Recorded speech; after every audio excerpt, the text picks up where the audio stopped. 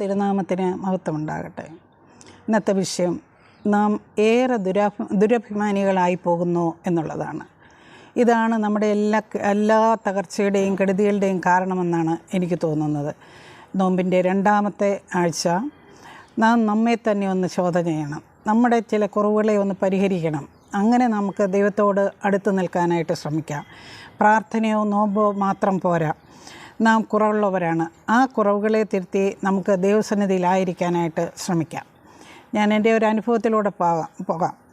ഒരു ദിവസം ഞാൻ ക്ലാസ്സിൽ പഠിപ്പിച്ചുകൊണ്ടിരിക്കുമ്പോൾ ഒരു കുട്ടിയുടെ പിതാവ് വന്ന് എന്നെ കാണാനായിട്ട് വന്നു. ഞാൻ ക്ലാസ്സിൽ നിന്ന് ഇറങ്ങിച്ചെന്ന് അദ്ദേഹവുമായിട്ട് വർത്തമാനം പറഞ്ഞുകൊണ്ടിരിക്കുമ്പോൾ അദ്ദേഹം പറഞ്ഞത്, എല്ലാം കൂടെ കൂട്ടി പറഞ്ഞാൽ എന്തോ ആ മകനെക്കുറിച്ച് ഭയങ്കര ഒരു വെപ്രാളം. എന്നോട് ചോദിച്ചു, മകൻ എങ്ങനെയുണ്ടെന്ന്.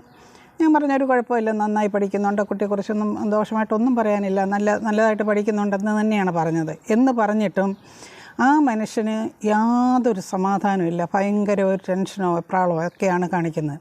മൊത്തത്തിൽ നോക്കിയാൽ നമുക്ക് തോന്നും ആ മനുഷ്യനാണോ ഈ SLC പരീക്ഷ എഴുതുന്നത് എന്ന്. എന്നിട്ട് ആ പിതാവ് എന്നോട് പറഞ്ഞു, ടീച്ചറെ, എൻ്റെ പിതാവ് എന്നെ പഠിക്കാൻ വിട്ടിട്ടില്ല. ഞാൻ സ്കൂളിൻ്റെ വരാന്ത പോലും കണ്ടിട്ടില്ല. എനിക്ക് പറ്റിയത് എൻ്റെ മകന് പറ്റരുത്. ആ പിതാവ് എത്ര കഷ്ടതയിലും പട്ടിണിയിലും ആണ് എങ്കിലും ആ മകന് വേണ്ടുന്നതെല്ലാം വാങ്ങിച്ചു കൊടുക്കും, ലാവിഷായിട്ട് വാങ്ങിച്ചു കൊടുക്കും. കാരണം ആ മനുഷ്യൻ്റെ വിചാരം എല്ലാം ഒക്കെ ആയിക്കഴിഞ്ഞാൽ മോൻ നന്നായിട്ട് പഠിച്ചോളും എന്നുള്ളതാണ്. പിന്നീട് പറഞ്ഞ കാര്യം എനിക്ക് അത്ര അങ്ങോട്ട് അക്സെപ്റ്റ് ചെയ്യാൻ തോന്നിയില്ല. കാരണം അദ്ദേഹം പറയുകയാണ്, ടീച്ചറെ, ഞാൻ പണിയെടുക്കുന്നിടത്തേക്ക് എൻ്റെ മകനെ ഇതുവരെ ഞാൻ കൊണ്ടുപോയിട്ടില്ല. കാരണമെന്ന് പറഞ്ഞാൽ ഞാൻ ആ പണിയെടുക്കുന്നിടം എനിക്ക് ഭയങ്കര കഷ്ടതയുള്ളതാണ്, അതെൻ്റെ മകൻ കാണണ്ട എന്ന്. നമ്മളൊന്ന് ആലോചിച്ച് നോക്കി, അതൊരു പാവം മനുഷ്യൻ. എന്നാൽ വേറൊരു സംഭവം പറയാം.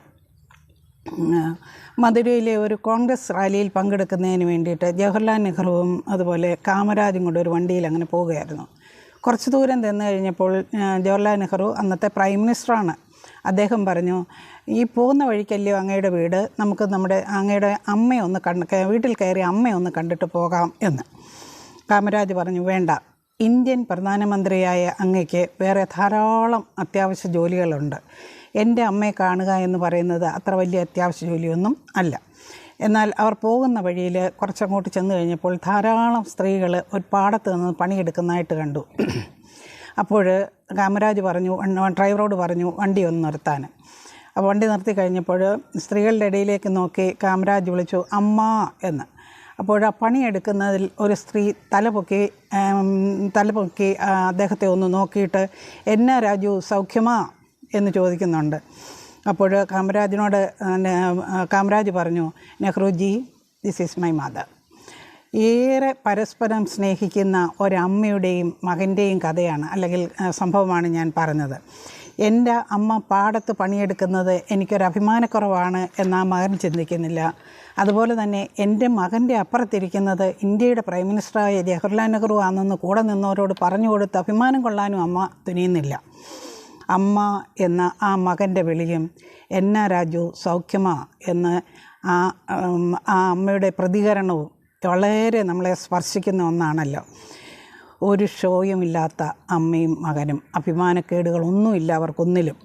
ഇനി നാം സാധാരണ കേൾക്കാറുള്ള ഒന്നാണല്ലോ ദുരഭിമാനക്കൊല എന്ന്. എന്താണ്? നാം നമ്മെ തന്നെ വലുതായി കാണുന്ന ഒരവസ്ഥയാണ് ഈ ദുരഭിമാനം എന്ന് പറയുന്നത്. അപ്പോൾ ദുരഭിമാനക്കൊല എന്ന് പറയുന്നാൽ സാധാരണ പിതാവ് മരുമകനെ കൊന്നു, അല്ലെങ്കിൽ മരുമകളെ കൊന്നു എന്നൊക്കെ പറയുന്ന, മകനെയും മരുമകളെയും കൂടെ കൊന്നു എന്നൊക്കെ പറയുന്നതിൻ്റെ അർത്ഥം എന്ന് പറയുന്നത്, എന്നോളം വലിയ ഒരു ബന്ധത്തിലല്ല എൻ്റെ മകനോ മകളോ ചെന്ന് ചാടിയിരിക്കുന്നത്, അതുകൊണ്ട് കൊന്നുകളയുക. അങ്ങനെ ആ വിവാഹം കഴിച്ച മകനെ അല്ലെങ്കിൽ മകളെ കൊന്നുകളയുന്ന അവസ്ഥയാണ് നമ്മൾ കണ്ടിട്ടുണ്ട്. അത് ആ കൊന്നുകളയുമ്പോൾ ആ അപ്പൻ്റെ അഭിമാനം സംരക്ഷിക്കപ്പെട്ടുവോ? അതാണ്. ദുരഭിമാനിക്ക് ഒരു അല്പം പോലും ആത്മവിശ്വാസം ഇല്ലെന്നുള്ളതാണ് ഇതിൽ നിന്ന് നാം മനസ്സിലാക്കേണ്ടത്. എപ്പോഴും പരാതികൾ മാത്രമായിരിക്കും ഇങ്ങനെയുള്ള ദുരഭിമാനികൾക്കുള്ളത്. നിസ്സാര കാര്യത്തിന് പോലും അവരുടെ മനസ്സമാധാനവും അവർ നഷ്ടപ്പെടുത്തും, മറ്റുള്ളവരുടെയും നഷ്ടപ്പെടുത്തും. യേശുദാനെക്കുറിച്ച് ശ്രീകുമാരൻ തമ്പി സാർ പറഞ്ഞ ഒരു വാചകം ഇവിടെ ഞാൻ ഓർക്കുകയാണ്. യേശുവിനോളം ഇത്രയും ശ്രേഷ്ഠനായ ഒരു ഗുരുവിനെ ഞാൻ കണ്ടിട്ടില്ല. ശിഷ്യന്മാരുടെ കാൽ കഴുകിയ ഗുരു. താൻ ശിഷ്യനായി തിരഞ്ഞെടുക്കപ്പെട്ടവരെല്ലാം സത്യം പറഞ്ഞാൽ യാതൊരു വിവരവും ബോധവും ഒന്നുമുള്ള താഴെക്കടയിലുള്ള ആളുകൾ തന്നെയാണ് എന്ന് നമുക്കറിയാം. യേശുമ്പരാൻ അവരെ കൊണ്ട് നടക്കുമ്പോഴെല്ലാം എല്ലാ കാര്യങ്ങളും അറിയാം. ഒരുവൻ എന്നെ ഒറ്റിക്കൊടുക്കും, ഒരുത്തൻ എന്നെ തള്ളിപ്പറയും, ബാക്കിയുള്ളവരെല്ലാം ഓടിപ്പോകും, ഞാൻ തന്നെത്താൻ പീഡനമേറ്റ് മരിക്കേണ്ടി വരും എന്നൊക്കെ അറിയാം. എങ്കിലും കർത്താവ് തമ്പുരാൻ പിതാവിനോട് പ്രാർത്ഥിക്കുന്ന ഒരു പ്രാർത്ഥനയാണ്, ദുഷ്ടൻ്റെ കയ്യിൽ നിന്ന് അവരെ കാത്തുകൊള്ളണേ എന്നുള്ളതായിരുന്നു അവരെക്കുറിച്ച് യേശു തമ്പുരാനുണ്ടായിരുന്ന പ്രാർത്ഥന.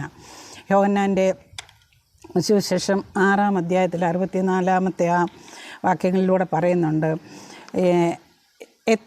ആ സമയങ്ങളിലാണ്, ഏതാണ്ട് അവസാന സമയങ്ങളിലാണ് യേശുമ്പരാൻ മനസ്സിലാകുന്നത് യൂദാ എന്നെ ഒറ്റിക്കൊടുക്കും എന്നുള്ളത്.